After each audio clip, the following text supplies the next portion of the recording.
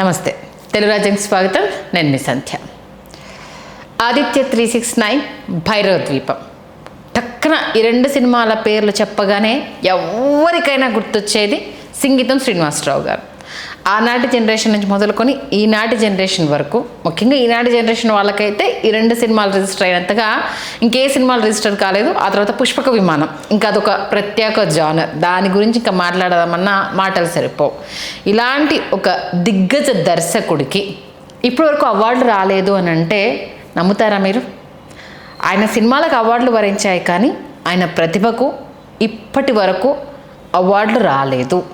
అందులోనూ ఈ మధ్య మన తెలంగాణ గవర్నమెంట్ అవార్డులు ప్రకటించిన తర్వాత ఈ అంశానికి సంబంధించి సినీ ప్రేమికులు కావచ్చు, ఆయనను అభిమానించి ఆరాధించే వాళ్ళు కావచ్చు, అరే ఇంతటి దర్శక దిగ్గజుడికి అవార్డు ఇవ్వకపోవడం ఏంటి, మళ్ళీ ఆయన మెగాఫోన్ కూడా పట్టుకున్నారు, ఈ వయసులో ఆయన అంత యాక్టివ్గా ఉంటే గుర్తించకపోవడం ఏంటి అంటూ విమర్శల్ని తమ శైలిలో సంధిస్తూ ఉన్నారు.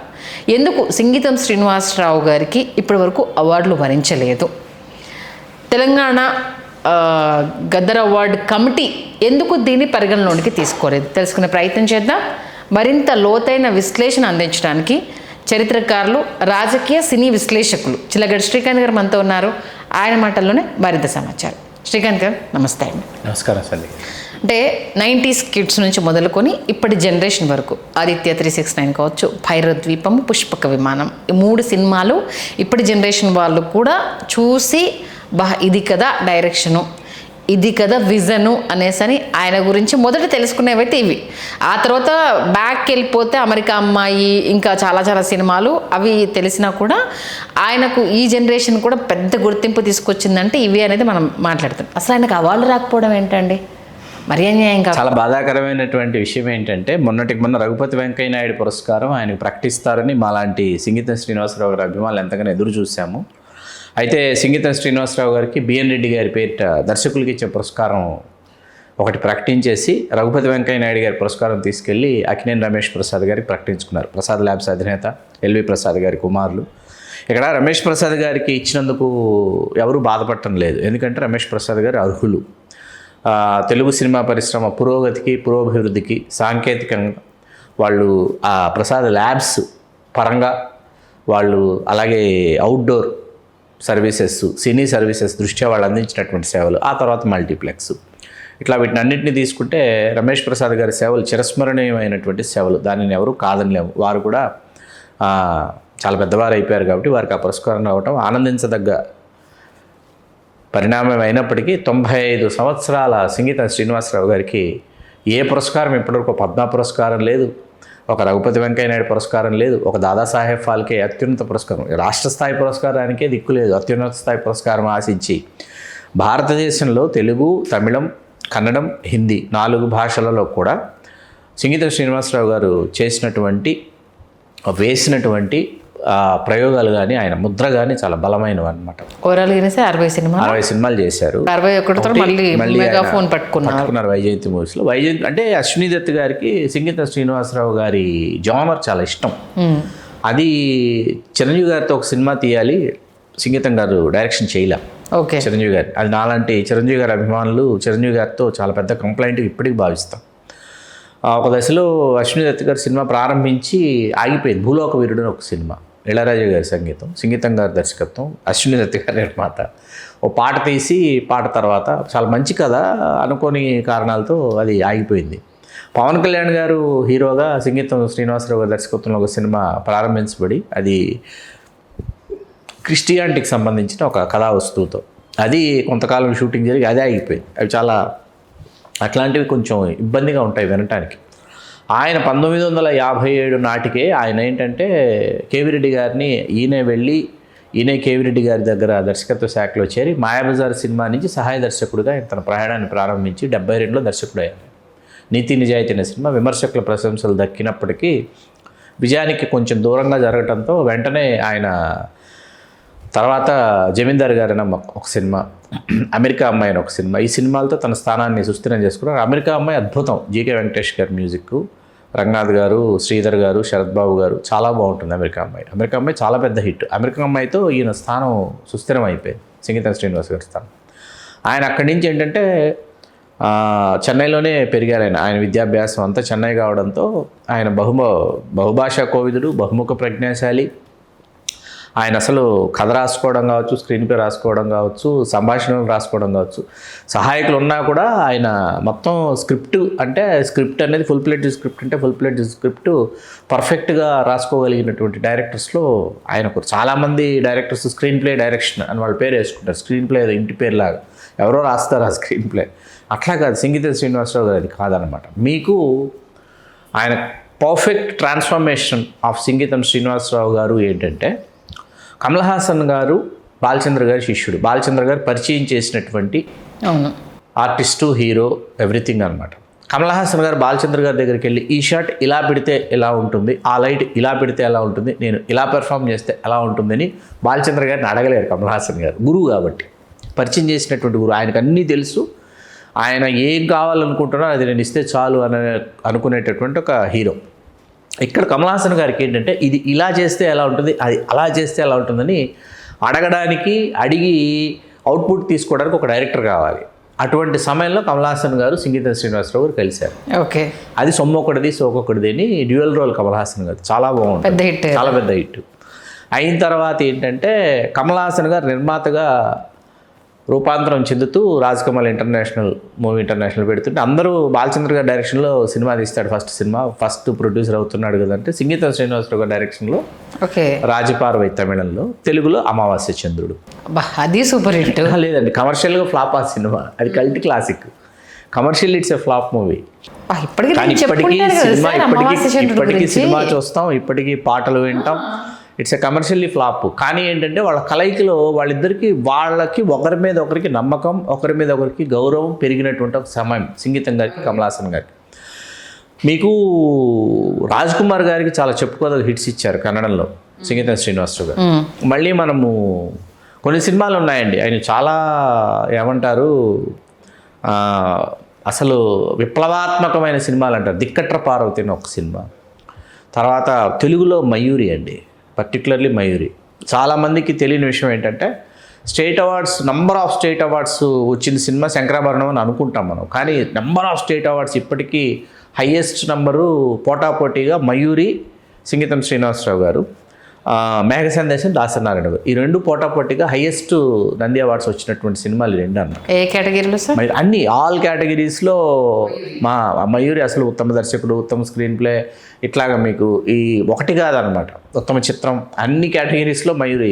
అంటే సినిమా పరంగా ఈయనకు అవార్డులు వచ్చాయి, కానీ సినిమాలకు వచ్చాయి. ఆయన అంటే ఉత్తమ దర్శకుడు, పుష్పక విమానం ఉత్తమ దర్శకుడు అట్లా వచ్చాయి తప్ప అంటే పురస్కారాలు రాలేదు. ఇన్ని సంవత్సరాల ఈ సినీ కెరీర్లో ఇన్ని అద్భుతాలు ఇచ్చిన దానికి సంబంధించి మెచ్చి వచ్చే రాష్ట్ర ప్రభుత్వ అవార్డులు, వ్యక్తిగతంగా వచ్చే అవార్డు రాలేదు, గుర్తించలేదు. తెలుగు వాళ్ళగా పుట్టడం మనం చేసుకున్నటువంటి మన అదృష్టం. ఆయన తెలుగువాడిగా పుట్టడం ఆయన దురదృష్టం. ఎందుకంటే మీకు పుష్పక విమానం మీద ఆలోచించడమే చాలా కష్టసాధ్యమైన విషయం అండి. పుష్పక విమానం గురించి ఆలోచించడమే అసలు కమల్ హాసన్ గారు లాంటి, అసలు ఆ టైంకి కమల్ హాసన్ గారు ఎక్కడున్నారు, శిఖరం మీద ఉన్నాడు. ఆయన పెట్టుకొని వితౌట్ డైలాగ్స్ ఒక మూకీ సినిమా, చాలా సంవత్సరాల తర్వాత ఒక మూకీ సినిమా తీయాలన్న ఆలోచన రావటం, దాన్ని ఇవాళ మనం సినిమా ప్రారంభించినా అయిపోయేంత వరకు సినిమా చూస్తూ కూర్చునేటటువంటి సినిమాగా దాన్ని మలచటం అనేది అసాధారణమైనటువంటి విషయం.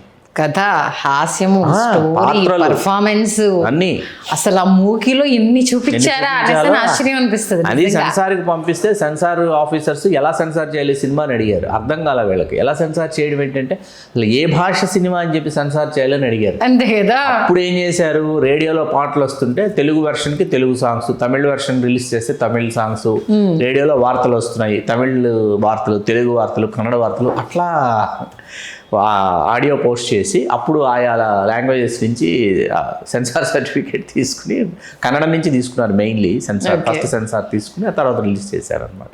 ఆ తర్వాత ఏంటంటే సింగీతం శ్రీనివాసరావు గారు అసలు ఆయన ఆలోచన అండి, 2 సినిమాలండి పర్టికులర్లీ. ఒకటి విచిత్ర సోదరులు, తమిళంలో అపూర్వ సహోదరు, ఇంకోటి మైకేల్ మదన్ కామరాజు, 2 సినిమాలు. దాంట్లో 3 క్యారెక్టర్స్. ఒక క్యారెక్టర్ విచిత్ర సోదరులో ఫాదర్ చనిపోతాడు, రివెంజ్ డ్రామా. అక్కడి నుంచి ఒక ఫీల్ గుడ్ లవ్ స్టోరీ నుంచి రివెంజ్ డ్రామా, ఈ కైండ్ ఆఫ్ మూవీ అది. దాంట్లో మళ్ళీ విచిత్ర సోదరులు అంటే ఆయన మరుగుజ్జుగా చేయాలి, అదొక ప్రయోగం. అసలు ఆ ప్రయోగం ఎట్లా చేశారు ఏంటి అనేది ఇప్పటి సినీ విమర్శకులకు కూడా అంత చికెన్ రహస్యం. ఎవరికి అర్థం కాదు. ఒక్కొక్కసారి ఒక్కొక్కటి ప్రయత్నించామని కమల్ హాసన్ గారు చెప్తారు, సంగీతం గారు చెప్తారు. తర్వాత మీకు మైకేల్ మదన్ కామరాజ్ 4 పాత్రల్ని తీసుకొచ్చి ఒక్కొక్క పాత్రకి ఒక్కొక్క ఆహారం, ఒక్కొక్క పాత్రకి ఒక్కొక్క మేనరిజం, ఒక్కొక్క పాత్రకి ఒక్కొక్క నేపథ్యం.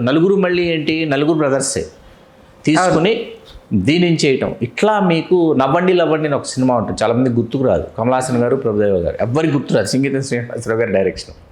తర్వాత వీళ్ళు ఏంటంటే కమల్ హాసన్ గారు, క్రేజీ మోహన్ గారిని ఒక రైటర్ ఉండేవారు. వీళ్ళందరూ కలిసి ఏంటంటే మగలారి మట్టం తమిళంలో సంగీతం శ్రీనివాసరావు గారు డైరెక్షన్. తెలుగులో దాన్ని ఆడవాళ్ళకు మాత్రమే డబ్ చేశారు. రేవతి గారు, రోహిణి గారు, ఊర్వశి గారి పాయింట్ ఆఫ్ వ్యూలోనే కథ అంతా అనమాట. మొత్తం చెన్నైలో అప్పుడున్న హీరోయిన్స్ అందరిని అడిగారు ఊర్వశి గారి పాత్ర చేయమంటే ఎవరు మెయిన్ చేయమన్నారు. ఊర్వశి గారు ధైర్యం చేసి ముందుకు వచ్చి చేశారనమాట. ఆ క్యారెక్టర్స్ని తీసుకుని అందరూ అది రేవతి గారి పాయింట్ ఆఫ్ వ్యూలో అనుకుంటారు, కానీ కాదు, అది ఊర్వశి గారి పాయింట్ ఆఫ్ వ్యూలో కథ అనమాట. అట్లా శవంగా నాగేష్ గారి పాత్ర ఒకటి అది లీడ్ చేస్తుంది కథనంతా. కమల్ హాసన్ గెస్ట్ రోల్ వస్తారు, ఆయనే ప్రొడ్యూసరు. అలాంటి ప్రయోగాలు అనమాట. ఒక్కసారిగా దాని నుంచి బయటకు వచ్చి ప్రయోగాలు. తర్వాత విజయ వారు తిరిగి వాళ్ళ నిర్మాణ సంస్థలకు రావాలనుకుంటున్న సమయానికి మీకు బృందావనం, భైరవ ద్వీపం, శ్రీకృష్ణార్జున విజయం 3 సినిమాలు అనమాట. వాళ్ళకి 3 సినిమాలు డైరెక్ట్ చేశారు సంగీతం శ్రీనివాసరావు. బృందావనం రాజేంద్ర ప్రసాద్ గారు, భైరవ ద్వీపం, శ్రీకృష్ణార్జున విజయం 2 బాలకృష్ణ గారి సినిమా. అంత క్రితమే బాలకృష్ణ గారిని శ్రీదేవి మూవీస్లో ఆదిత్య 369 కోసం, అది కూడా టైం మెషిన్ని బేస్ చేసుకుని ఆయన సంగీతం శ్రీనివాసరావు గారు ఏంటంటే ప్రయోగం చేయాలి అనుకుంటే ఇది సాధ్యపడదా అని ఆలోచించరు అనమాట. అది చెయ్యాలంటే చేసి తీరాలి అనేటటువంటి ఒక తపనున్నటువంటి దర్శకుడు. ఆయన సంగీత దర్శకుడు, రచయిత, గీత రచయిత, సంభాషణల రచయిత, స్క్రీన్ ప్లే రచయిత, దర్శకుడు. అంతటి మహోన్నతమైనటువంటి భారతీయ సినిమాకి ఆయన చేసినటువంటి సేవలు, అందించినటువంటి సినిమాలు అవి అజరామరమైనటువంటి సినిమాలు. అటువంటి దర్శకుడికి ఇప్పటి వరకు అసలు రఘుపతి వెంకయ్య నాయుడు పురస్కారం రాలేదు. మనం ప్రకటిస్తారని అసలు గత సంవత్సరం ఒక క్షుద్ర రచయితకి రఘుపతి వెంకయ్య నాయుడు గారి పురస్కారం ప్రకటిస్తేనే చాలామంది సినిమా ప్రియులు ఎందుకంటే what is his contribution, Telugu సినిమాకి ఆయన కాంట్రిబ్యూషన్ ఏంటి, చాలా పెద్ద రచ్చ అయింది కదా. ఏంటి ఆయన కాంట్రిబ్యూషన్? ఆయన 10 నవలలో 12 నవలలో సినిమాలుగా తిప్పి కొడితే 15 నవలలు అండి. 15 నవలలు సినిమాలుగా రూపాంతరం చెందాయి తప్ప ఏంటి ఆయన కాంట్రిబ్యూషన్ తెలుగు సినిమాకి? 2009, 2008 ఆ సమయంలోనే ఒక ఇంటర్వ్యూ కోసం కొంతమంది వెళ్ళి చిరంజీవి గారి రాజకీయ రంగ ప్రవేశం గురించి ఆ రచయితను అడిగితే నేను సినిమాలు చూడటం మానేసి చాలా కాలం అయింది అన్నాడు. అవును, ఆయనకి ఏంటి రఘుపతి వెంకయ్య నాయుడు పురస్కారం ఇవ్వడం ఏంటి? ఇక్కడ సంగీతం శ్రీనివాసరావు గారు, అట్లాగే జయసుధ గారికి మొన్న అక్కినేని నాగేశ్వర గారు ఇచ్చారు, ఒక పురస్కారం ఇచ్చారు ఆవిడకి. జయసుధ గారు వీళ్ళెవరు అర్హులు కాదా? రమాప్రభు గారి గురించి ఎంత అసలు దయనీయమైనటువంటి చర్చ అంటే రమాప్రభు గారికి అసలు ఇప్పటి వరకు ఏ పురస్కారం వరించినటువంటి నటి ఆవిడ. ఎందుకంటే అలనాటి తారాల్లో కొద్దిమంది ఇప్పుడు మిగిలి ఉన్నారు, వాళ్ళని కూడా మనం గుర్తించకపోతే తర్వాత తరం వాళ్ళని ఎవరు గుర్తిస్తారు? అసలు ఎవరికి ఆ పురస్కారం వచ్చినా అసలు మన పురస్కారాలు ఒకప్పుడు నంది పురస్కారాలు ప్రకటిస్తుంటే ఏంటంటే ఒక తెలియని ఒక పండగ వాతావరణం ఉండేది. ఆ ప్రధానం కానీ లేకపోతే ఆ వేడుక కానీ, ఆ వేడుకకి పురస్కార గ్రహీతలందరినీ ఒక హోటల్కి ముందుగా తీసుకొచ్చి మధ్యాహ్నం సాయంత్రం పూట వీళ్ళకి టీ, స్నాక్స్, టీ బిస్కెట్స్ అన్నీ ఇచ్చి అక్కడి నుంచి ఫంక్షన్కి వెళ్ళిన బస్సులో తీసుకెళ్ళి ఫంక్షన్ అయిపోయిన తర్వాత మళ్ళీ బస్సులో తీసుకొచ్చి అదే హోటల్లో వీళ్ళకి డిన్నర్ ఇచ్చి చాలా ఆర్భాటంగా ఉండేదన్నమాట. లాస్ట్ ఇయర్ ఈవెంట్ లాగా చేశారు, ఏదో ప్రీ రిలీజ్ ఈవెంట్ లాగా చేశారు. రాష్ట్ర ప్రభుత్వ కార్యక్రమం అయినప్పటికీ ప్రీ రిలీజ్ ఈవెంట్ లాగే జరిగింది. లాస్ట్ ఇయర్ ఏంటంటే ఆల్మోస్ట్ 2 దఫాలు అయిపోయింది, అంటే బైఫర్కేషన్ జరిగిన తర్వాత అవార్డులు ప్రకటించలేదు అనేసి తెలంగాణలో ఏంటంటే ఒకేసారి 2 సార్లు ఇవ్వాల్సిన అవార్డులను హరిబరిగా ప్రకటించేసేయడము, అవార్డ్స్ ఇచ్చేయడము అది జరిగింది. ఈసారి కొంత గద్దర్ అవార్డ్స్లో చెప్పుకోదగ్గ విషయం ఏంటంటే కొత్తదనాన్ని ప్లస్ సృజనాత్మక చిత్రాలు అన్ని కేటగిరీలను బ్యాలెన్స్ చేశారు. బట్ ఈ అవార్డుల దగ్గరికి వచ్చేసరికి కొంత ఇప్పుడు సంగీతం శ్రీనివాసరావు గారికి ఒక అవార్డు వచ్చిందని సంతోషపడాలా, రావాల్సిన అవార్డు రాలేదని బాధపడాలా అన్న ఒక చర్చ అయితే స్టార్ట్ అయ్యింది. రఘుపతి వెంకయ్య నాయుడుతో పాటు ఆయన దాదాసాహెబ్ ఫాల్కే పురస్కారానికి ఎప్పుడో అర్హులు. ఇప్పుడు మనం తిప్పి కొడితే విశ్వనాథ్ గారు చేసే సినిమాలు 50 మంచమండి. విశ్వనాథ్ గారికి దాదాసాహెబ్ ఫాల్కే ప్రకటించినప్పుడు సంగీతం శ్రీనివాసరావు గారికి ఎందుకు ప్రకటించరు?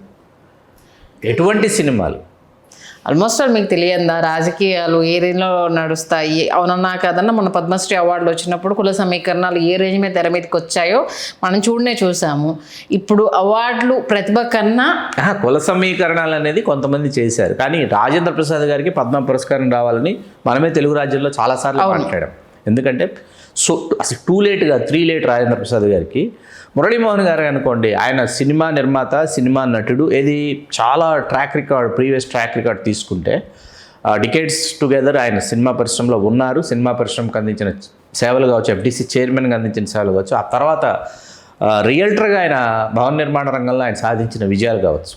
ఇవాళ హైదరాబాద్లో మనం చూస్తున్నటువంటి చాలామంది రియల్టర్స్కి ఒక విధంగా ఇన్స్పిరేషన్ ఎవరు అంటే మురళీమోహన్ గారు చెప్పచ్చు మనం. శోభన్ గారు చెప్పిన అది శోభన్ బాబు గారు చెప్పిన దాన్ని ఆయన ఆచరించిన ఫుల్ ప్లెడ్జ్డ్ బిజినెస్ అనేది దానిని ఒక పరిశ్రమలాగా తీసుకుని ఇది ఒక పరిశ్రమగా వచ్చి ఎవరైనా కృషి చేసి ఇక్కడ విజయాలు సాధించవచ్చు అని చెప్పినటువంటి ఒక రోల్ మోడల్ మురళీమోహన్ గారు.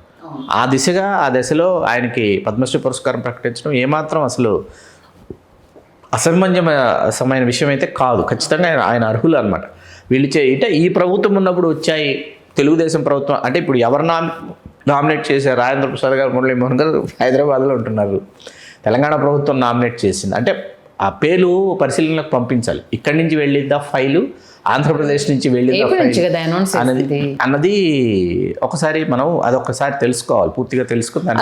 బాలకృష్ణ గారు ఈ విషయానికి సంబంధించి కొంచెం చొరవ తీసుకోవాలి. ఎందుకంటే ఆదిత్య 369 సంబంధించి మళ్ళీ సీక్వెల్ చేయాలి, తన కొడుకును అరంగేట్రం చేయించుకోవాలి అనుకుంటున్నప్పుడు సంగీతం గారు గుర్తొచ్చినప్పుడు ఆయన అవునన్నా కథను ఆయన కెరీర్లో పెద్ద మైలురాయి. బాలకృష్ణ గారి దర్శకత్వం వహిస్తానని సంగీతం శ్రీనివాసరావు గారు పర్యవేక్షణ చేస్తారనేసి వచ్చాయి. కాబట్టి ఈ అంశానికి సంబంధించి మరి ఏపీ ప్రభుత్వం నుంచి అయినా అవార్డు పద్మ పురస్కారానికో దాదాసాహెబ్ ఫాల్కే పురస్కారానికో వాళ్ళు పరిశీలనకు పంపించాలి.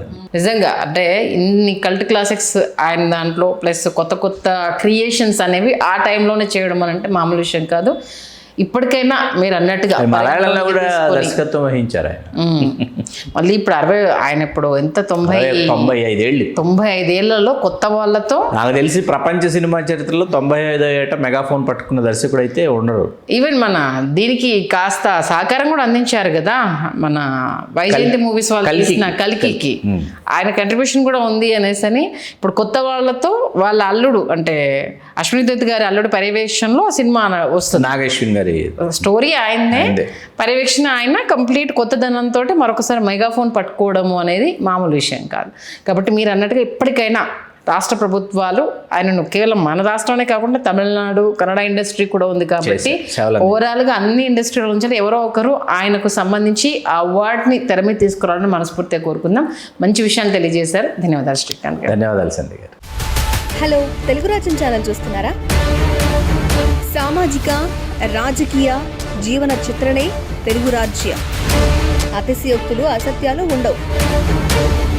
రాజకీయ కోణం కాదు, ప్రజా కోణమే కొలబద్ద. తెలుగు రాజ్యం వీక్షణ మీ ఉత్తమ అభిరుచికి నిదర్శనం.